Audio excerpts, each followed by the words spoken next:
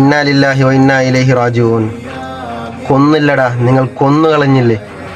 സ്വാലിഹി എന്ന് പറയുന്ന 27കാരനായ ചുറുചുറുക്കുള്ള ചെറുപ്പക്കാരനായ മാധ്യമ പ്രവർത്തകന്മാരിൽപ്പെട്ട ഏറ്റവും നല്ല മാധ്യമ പ്രവർത്തകനെ നിങ്ങൾ ടാർഗറ്റ് ചെയ്ത് നിങ്ങൾ കൊന്നുകളഞ്ഞില്ലടാ. നിങ്ങളൊരു മനുഷ്യരാണോ? നിങ്ങൾ ഭരിക്കുന്ന ഭരണാധികാരിയാണോ? ഞങ്ങളൊക്കെ ഈ മുസ്ലിമീങ്ങളൊക്കെ ഫിർഔന്റെ കഥ കണ്ട് പഠിച്ചു വന്നവരാണ്. നമ്രൂദിന്റെ കഥ കണ്ട് പഠിച്ചു വന്നവരാണ്. അവരുടെ ഡെഡ് ബോഡി ഇന്നും അവിടെ സൂക്ഷിക്കുന്നുണ്ട്. നീ എത്ര വലിയ നീച ഭരണം നടത്തിയാലും നിന്റെ മൂക്കിൽ നിന്ന് പുറപ്പെടുന്ന ശ്വാസമെങ്ങാലും മുട്ടിപ്പോയാൽ എടാ, നിന്റെയും എൻ്റെയും കഥ കഴിഞ്ഞടാ. നീയും ഞാനും ഒന്നുമല്ലടാ. നീ എന്തിനാ മനുഷ്യർക്കെങ്കിലും ഒരു മനുഷ്യന്റെ വിലയെങ്കിൽ കൽപ്പിക്ക്.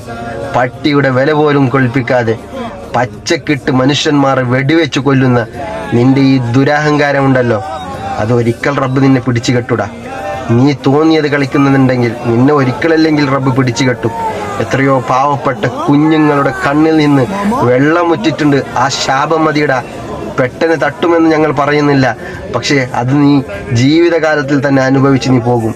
അതുകൊണ്ട് നിന്റെ ഈ നെറികെട്ട വിഷജന്തുക്കളായ മതവർഗീയവാദികളായ ചില ജനങ്ങൾ, ജൂതരായ മനുഷ്യന്മാർ, നിങ്ങളെ മനുഷ്യന്മാരാണെന്ന് ഞങ്ങൾക്ക് വിളിക്കാൻ പറ്റുമോ?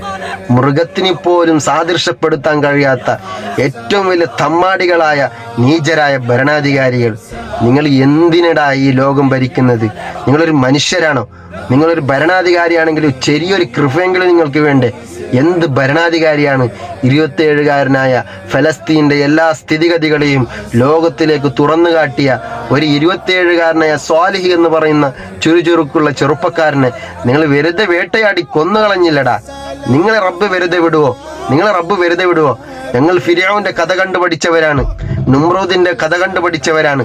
ഞങ്ങൾക്ക് ഈ ലോകത്ത് ജീവിക്കണമെന്ന് ഞങ്ങൾ ആരും എഗ്രിമെന്റ് എഴുതി വന്നവരല്ല. അതുകൊണ്ട് നിങ്ങളുടെ ഈ തോന്നിവാസത്തിന് വേണ്ടി, നിങ്ങൾ ചെറിയൊരു ആയുഷ്കാലത്തിന് വേണ്ടി നിങ്ങൾ ഇങ്ങനെ പാവപ്പെട്ട മനുഷ്യരെ ഇഞ്ചിഞ്ചായി അറുകൊല്ല നടത്തുന്നുണ്ടെങ്കിൽ ഇതിൻ്റെ എല്ലാ നിലക്കുള്ള അസ്ലുകൾ വാങ്ങി അതിന് വേണ്ട നിലക്കുള്ള പലിശവും തന്ന് റബ്ബ് നിങ്ങളെ ഈ ലോകത്തു നിന്ന് തന്നെ മാറ്റിക്കളയും. ആ സമയത്തെങ്കിലും നിനക്കൊന്ന് ഓർത്ത് മിണ്ടാതിരുന്നൂടെ?